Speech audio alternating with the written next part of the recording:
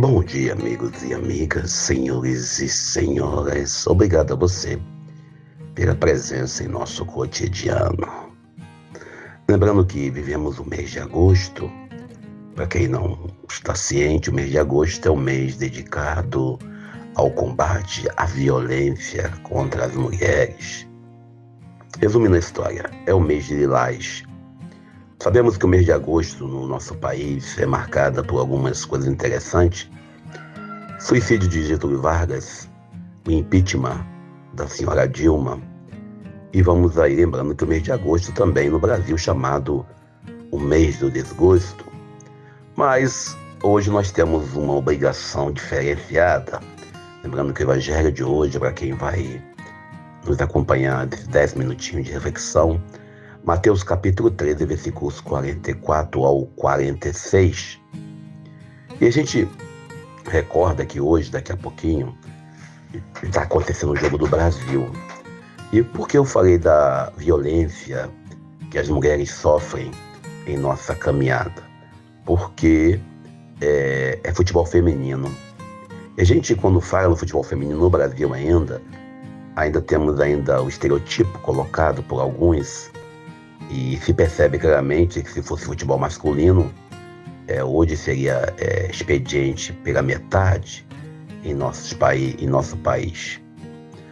A gente ainda, olhando para o futebol feminino, vendo o último jogo que aconteceu, onde a França ganhou de 2-1, e hoje o Brasil tem a obrigação de vencer a Jamaica, a gente se pergunta e se interroga como que nós tratamos nossas garotas, nossas mulheres, nossas filhas, irmãs, tias, mães, nossos companheiros nesta nossa caminhada.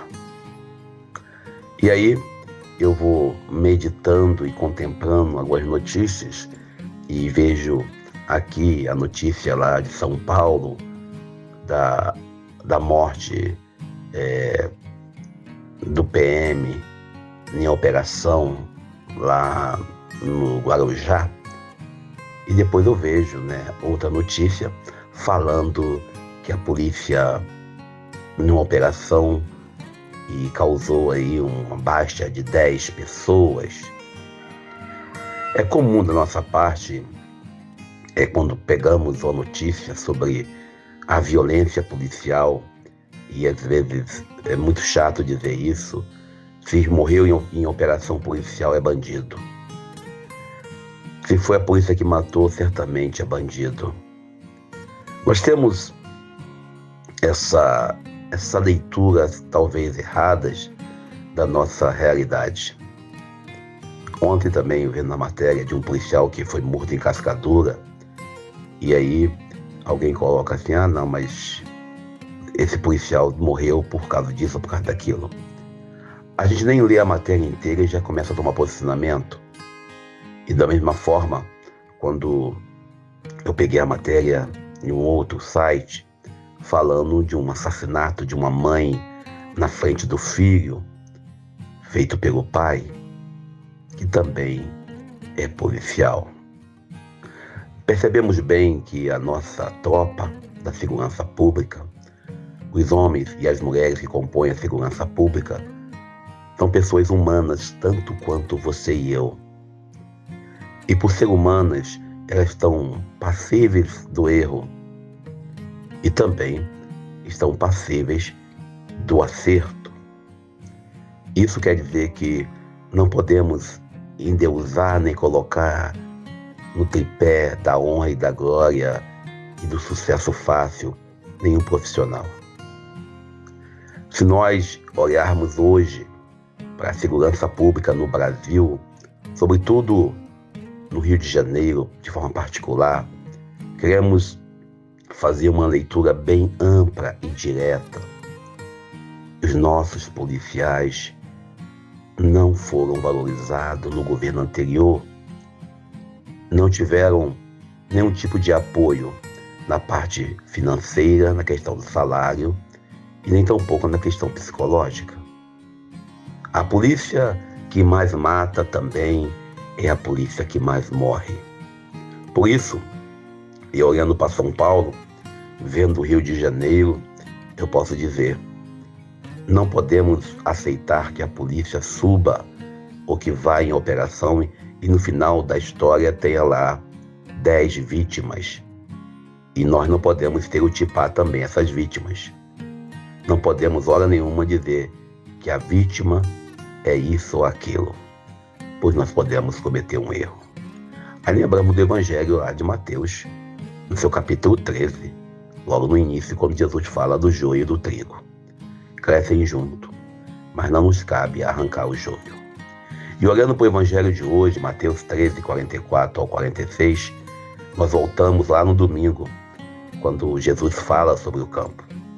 O reino dos céus, ele não é propriedade de nenhuma igreja, nenhuma instituição religiosa, ou tampouco ele é retido a meia dúzia por ter tido este ou aquele sacramento.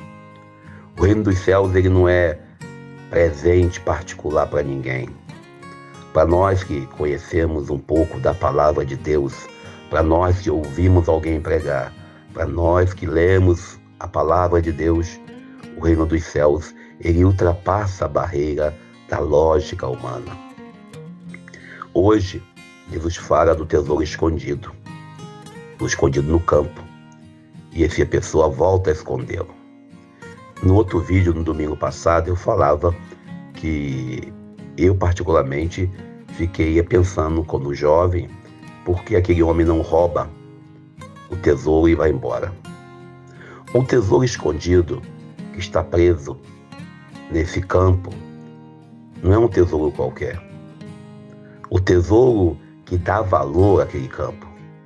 Por isso, o homem vende tudo que possui e compra o campo. O reino dos céus, ele não é nenhum tipo de rótulo de ostentação.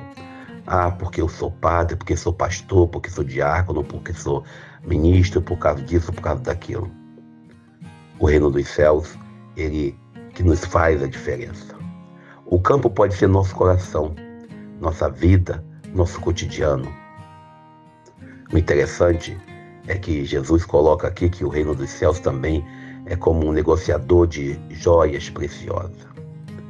E aí eu lembro de uma frase de um santo, e me desculpe que eu não vou lembrar o nome do santo e não vou citar nenhum santo de forma direta para não cometer injustiça.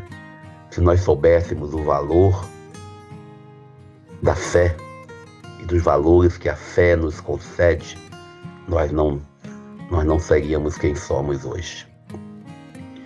Particularmente, quando eu falo da minha opção por me tornar cristão católico, eu falo sempre de como eu estou vivo e por que estou vivo, graças a essa opção de fé. O Evangelho de hoje nos convida a olhar o quão grande é o tesouro que nós carregamos em nossos corações, o quão grande é valioso o reino dos céus. Nós temos a grande oportunidade de viver a fé nesses tempos. Nossos pais e mães no início da igreja eram perseguidos, condenados à morte, jogados aos leões, feitos churrasquinhos e eram torturados por acreditar em Jesus.